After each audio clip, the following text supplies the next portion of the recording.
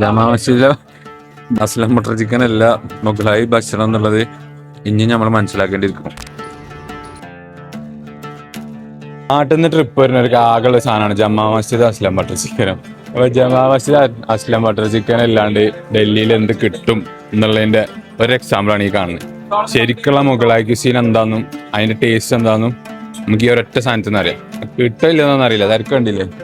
നമുക്ക് മാക്സിമം നോക്കാം, കിട്ടുകയാണെങ്കിൽ കഴിക്കാം. 18-ാം നൂറ്റാണ്ടിലെ മുഗൾ രാജവംശത്തെ സേവിച്ചിരുന്ന പാചകക്കാരാൽ ലക്നൌവിൽ രൂപം വരിച്ച ഡിഷാണ് നിഹാരി.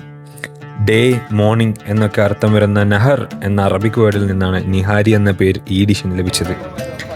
ബീഫ് തൈസ് 6-7 മണിക്കൂർ ചെറിയ തീയിൽ സ്ലോ കുക്ക് ചെയ്തെടുക്കുന്ന ഒരു റിച്ച് ബ്രേക്ക്ഫാസ്റ്റ് ഡിഷാണ് നിഹാരി. നമ്മൾ സാധനം ട്രൈ ചെയ്യാൻ പോകണ്ടോ? നല്ല സോഫ്റ്റ്, ഇത് അലുവ കഷ്ണം മാറി ഗമ്മാരി സാധനം.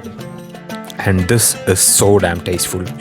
അത്രയും സോഫ്റ്റ് ആൻഡ് ജ്യൂസി ആയിട്ടുള്ള ആ മീറ്റ് വായിലിടുമ്പോൾ തന്നെ അലിഞ്ഞു പോകും. ഇതുപോലത്തെ ഇഞ്ഞ സാധനങ്ങൾ ഇഷ്ടംപോലെ വരും. അപ്പോൾ വലിയൊരു ഇടി പുകയ്ക്ക് ശേഷം സാധനം കിട്ടി കഴിച്ച് നമ്മൾ ഇറങ്ങി സാധനം.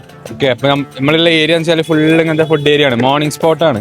ഞാൻ നേരത്തെ പറയാൻ വിട്ടുപോയി തോന്നുന്നുണ്ട്. ഓക്കെ, രാവിലെ 6 മണി മുതൽ മാക്സിമം 8 അത്ര സാധനം കിട്ടുള്ളൂ. അതിൻ്റെ ഉള്ളിൽ സാധനം അടിച്ച് തീർന്നു പോകും. ആൻഡ് ഈ ഏരിയയിൽ മൊത്തം നിഹാരി ഷോപ്പുകളാണ്. പക്ഷെ നമ്മൾ കഴിച്ചതാണ് നൂറ നിഹാരി. നമ്മളെ ലെജൻഡറി സാധനമാണ്, എല്ലായിടത്തും ഉണ്ടാവുമല്ലോ legendary item. And this was it. Location വേണ്ടവർ കമൻറ്റ് ചെയ്യുക. ബാക്കി ഇനി ഇതേപോലെ കുറേ സ്റ്റോറീസ് വരാനുണ്ട്. So do follow us.